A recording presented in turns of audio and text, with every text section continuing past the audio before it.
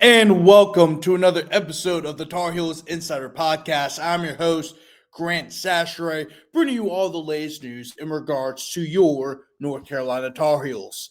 Of course, tonight we have a big game against, North Carolina has a big game, as I mean as an SI, because we got to cover this game tonight, or on SI. We got to cover this game tonight between the North Carolina Tar Heels and the Navy Midshipmen. Game will take place at 7 o'clock p.m. It will be on the ACC networks. And if you have YouTube TV, congratulations. You finally get to watch UNC basketball, unless, you have a different streaming service or you have cable, or, you may watch it on Hulu Live TV or Hulu's bundle thing. I got the Hulu bundle thing. So I was able to still watch my ESPN stuff. And of course,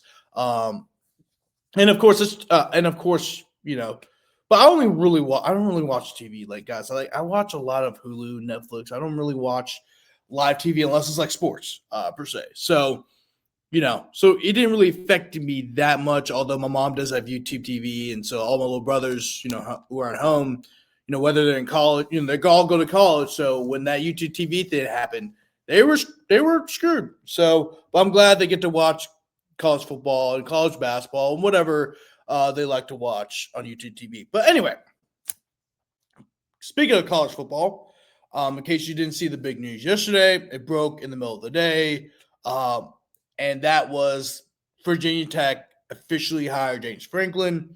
Of course, they were negotiating a deal over the weekend, so you knew that was going to happen sooner rather than later, and soon it did. It happened just 2 days later on Monday. So it was first being reported that they're going over the deal on Saturday, and then 2 days later, yesterday, Monday to be exact, it's announced that he will be the head coach of Virginia Tech, which is pretty wild. That they were, he was fired, last month, I believe, from Penn State.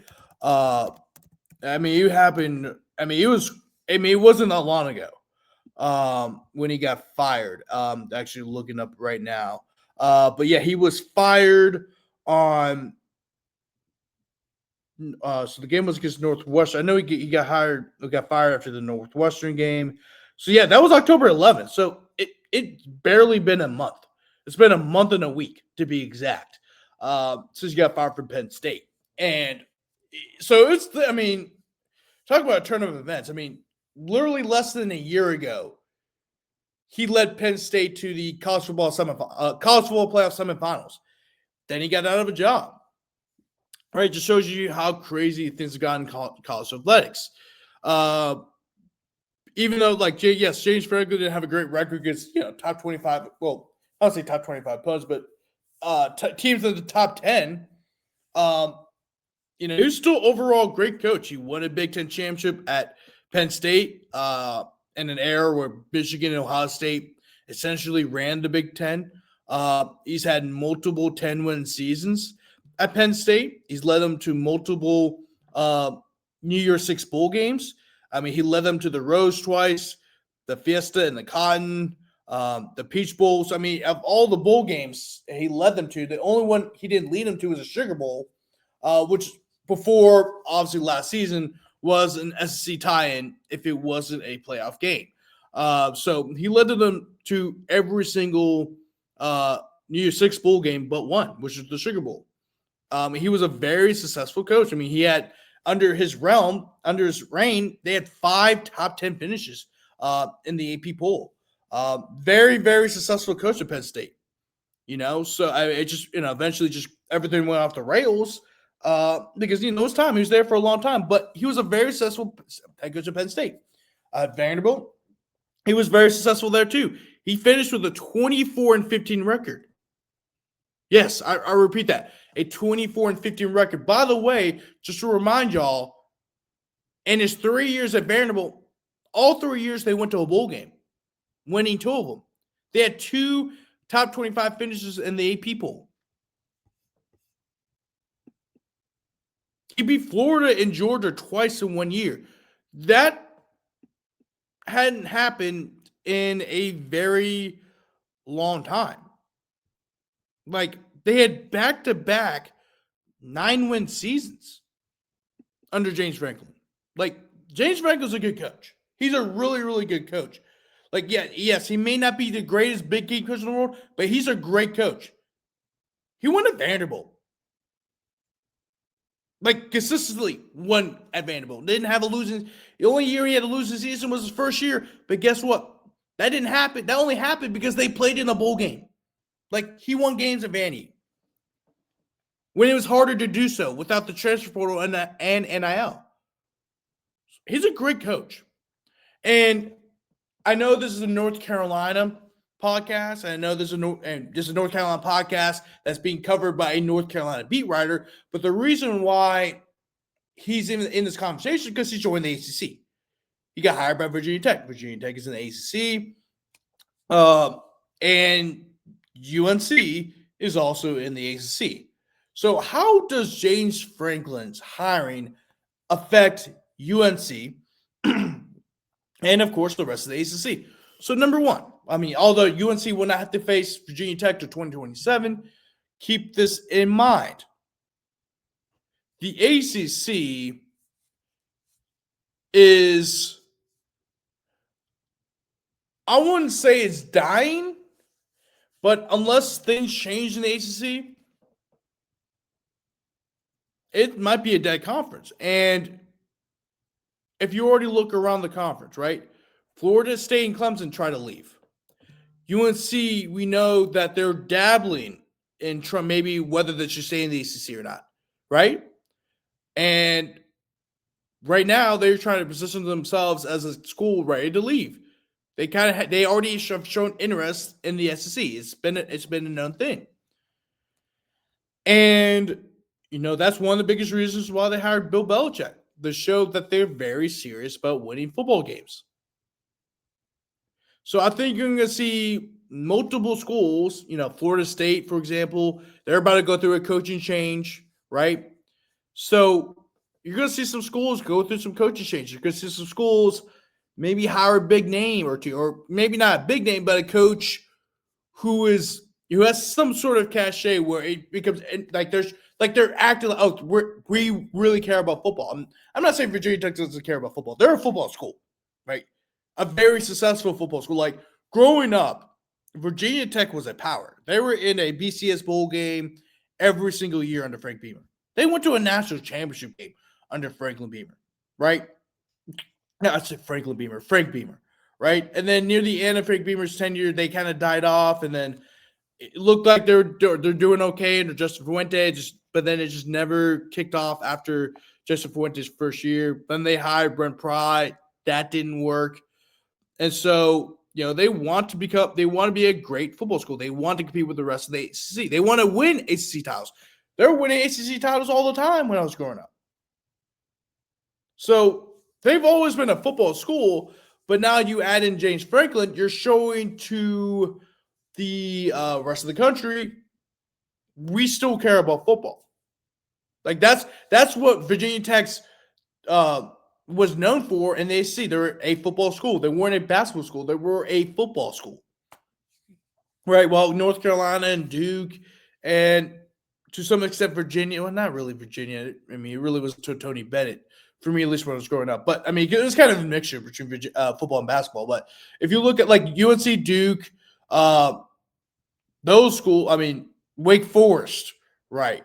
NC State, well, they're kind of consider themselves they've kind of considered themselves a football school for a very long time, but basketball is important as well. So don't get me wrong, but Virginia Tech, along with Florida State and Miami, and Clemson, see themselves as a football school. So that's what Virginia Tech was known for, and that's why they hired James Franklin. And again, another reason why this affects UNC is because now you have another legit coach in the conference, and you're looking at Bill Belichick. Right now, things are not working out. They're 4-6. They're on the brink of missing out on a bowl game for the first time since 2018. They're on the verge of going having their third losing season. I believe in the last 15 years, since 2008. You know, I'm going to look it up real quick. But like, yeah, I mean, UNC, they're not having a successful season. So if you're UNC, obviously James Franklin is not in the is not going to be part of a coaching search anytime soon because once again, he is now the head coach of the Virginia Tech Hokies. So now if you're UNC, like, what are your options, right? Do you go after a young buck offensive coordinator or defense coordinator? Like, do you go after another big name? Maybe not like a big name, but somebody that adds cachet to your program, right? And I'm looking up right now. I know the wins got taken away from them, but so UNC has not had, besides Blair Fedora's last 2 years in 2017 and 2018, UNC has not suffered a losing season in the last since 2007. Between 2008 and 2024, they've only had 2 losing seasons. And the only year where they didn't make a bowl game was 2012, and that's because they were ineligible to make a bowl game because they got NCAA sanctions against them. So, you're looking at your program. I mean, it's hiring like James Franklin at a school like Virginia Tech. Makes you kind of wonder where this program is going. I mean, it does. Because you went after the big name, which is Bill Belichick, and right now it's not working out. Yeah, I get it. It's his first year. I understand that. But he has done a lot of things that led to this point. With the offseason, where he let go some players that probably didn't need to get let go. And now you create this mess where you had to bring in 70 new players, when in reality you probably didn't. If you would have kept some more players from Mac Brown's tenure, you may not be in this situation. Maybe you might be better. Maybe you don't have to rush in the transfer portal to get a quarterback like you did with Gio Lopez, where you weren't really able to fully evaluate who you bring in. So if UNC's looking at this, they're gonna go if they say they move on from Bill Belichick, whether it's this year or next year, they're gonna look at a person like maybe like a James Franklin, where he may not be like a big name, but he brings a good pedigree. He's got a great resume, and he can win because he won at places where, like Vanderbilt, where they just don't win, right? And also keep this in mind too. When he took over at Penn State, that was only still a couple years removed from the Jerry Sandusky scandals, right? So when he took over, remember, Bill O'Brien left him in the dirt to go to the Houston Texans. So, and they were like, oh, we finally got back on our feet, and our coach is gone. What do we do? And, of course, James Franklin is a PA guy. He's from Pennsylvania. And they took him in, and at first it didn't really work out that well. I mean, they went 7-6 back-to-back years, but then his third year, they had a great season. They won the Big Ten championship. They went to the Rose Bowl, and arguably one of the greatest Rose Bowls that's ever been played. I mean, you had Sam Darnold throwing it around the yard, and you had Saquon Barkley going crazy. And really, that may have been Saquon Barkley's breakout game, to be honest with you, where everyone kind of knew his name. So it was a great game. They ended up losing, but it was one of the greatest games I've ever seen. But then that kicked off the next few years where they're just great. I mean, he ran a great program in Penn State. Yeah, they didn't win the big games all the time, but they were a solid program year in and year out. And I think you're going to see that at Virginia Tech.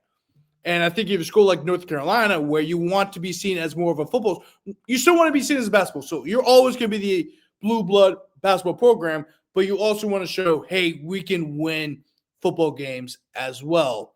And so, with a hiring like James Franklin, how much would that impact, how UNC looks at the full tenure of Bill Belichick, what they should do next. And you're going to see the same thing for the rest of the ACC, as you don't know what's going to happen with the ACC in the next 5 years. So there's a lot that goes into everything when it comes to Virginia Tech hiring James Franklin. It may not seem like it affects everybody, but in reality, I do, just because James Franklin adds cachet to a a Virginia Tech program that was very solid up until, I would say, about 5-10 years ago. And so now they brings them legitimacy.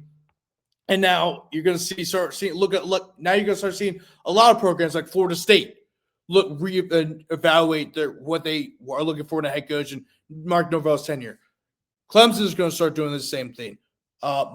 Miami, not so much, because right now Miami, I think, is fine until Mario Cristobal does Mario Cristobal things. So every program around this is going to really start evaluating the program, let alone UNC. So there's that. But anyway, that's going to wrap it up for today's episode of the Tar Heels Insider Podcast. I'm your host, Grant Chachere. I'm also the lead beat writer for North Carolina Tar Heels on the side. Thank you so much for watching. You guys have a great rest of your day. Peace.